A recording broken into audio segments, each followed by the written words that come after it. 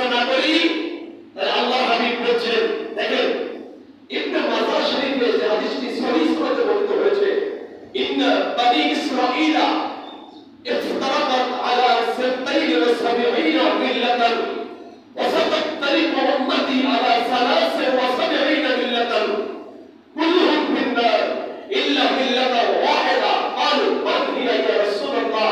ক্বালা মা আনা আলাইহি ওয়া আসহাবি। একটু জোরে বলুন সুবহানাল্লাহ।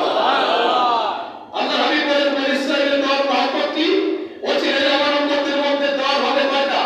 73। ধরে দাও 73 জন দলের মধ্যে কি সবাই আম মানুষ?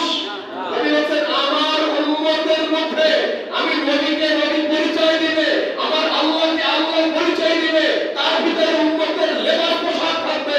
এর মধ্যে 72 জন উম্মত জাহান্নামে চলে যাবে, 72 দল জাহান্নামে যাবে, এক দল উম্মত জান্নাতে হবে। সুবহানাল্লাহ।